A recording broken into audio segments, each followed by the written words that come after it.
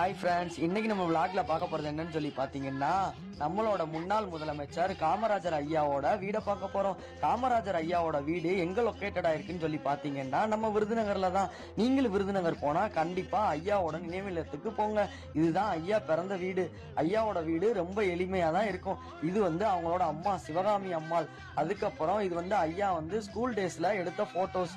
அதுக்கப்புறமா இப்ப பார்க்க போறது என்னன்னா, ஐயாவுக்கு வெளிநாடு போறப்ப வெளிநாடு பயணங்கள் போவாங்கல்ல முதல்வர்கள்னா, அவங்களுக்கு வெளிநாடு பயணங்கள்ல கொடுத்த ட்ரெஸ். ஆனா ஐயா இது எதையுமே யூஸ் பண்ண மாட்டாங்க. கதர் வேஷ்டி கதர் சட்டை மட்டும் தான் போடுவாங்க. இதுதான் ஐயா வாழ்ந்த ரூமு.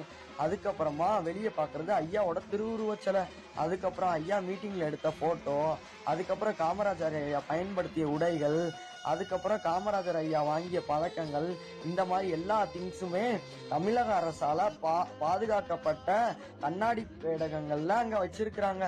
இது பாத்தீங்கன்னா ஐயாவோட கண்ணாடி. அதுக்கப்புறம் அவங்க யூஸ் பண்ண சோப்பு. அதுக்கப்புறம் அவங்க முகம் பார்த்த கண்ணாடி.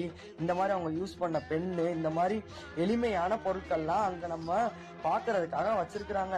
இவ்வளவு எளிமை கொண்ட மனிதனுக்கு ஏசி பயன்படுத்தினாருன்னு சொல்லி புதுசா சர்ச்சையை உருவாக்குறாங்க. பட் ஆனா அப்படிலாம் கிடையாதுங்க. அவர் ரொம்ப எளிமையா வாழ்ந்த மனிதர். அதுக்கப்புறமா சின்னதா ஒரு மாடிப்படி ஏறும். அதுல ஏறி போய் மேல பார்த்தோம்னா ஐயா பயன்படுத்திய இன்னும் கொஞ்சம் திங்ஸ் எல்லாம் மேல வச்சிருப்பாங்க. பட் ஆனா இப்ப இந்த மாடி கொஞ்சம் ஆல்ட்ரேஷன் பண்ணிருக்காங்க. எல்லாமே புத்தகங்கள் தாங்க. ஐயா லக்ஸரிஸா திங்ஸ் வச்சிருந்தாங்களோ இல்லையோ, புத்தகங்களே அவங்க யூஸ் பண்ண பொருட்கள் மட்டும்தான் யூஸ் பண்ணாங்க. இது அவங்க பயன்படுத்திய ஆடை நம்மளோட காட்சிக்காக வைக்கப்பட்டு இருக்குது.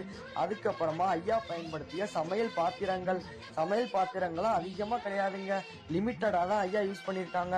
ஒரு 4 பாத்திரம், ஒரு 4 கரண்டி, ஒரு 2 தட்டு, இந்த மாதிரி திங்ஸ் எல்லாம் ஐயா யூஸ் பண்ணிருக்கிறாங்க.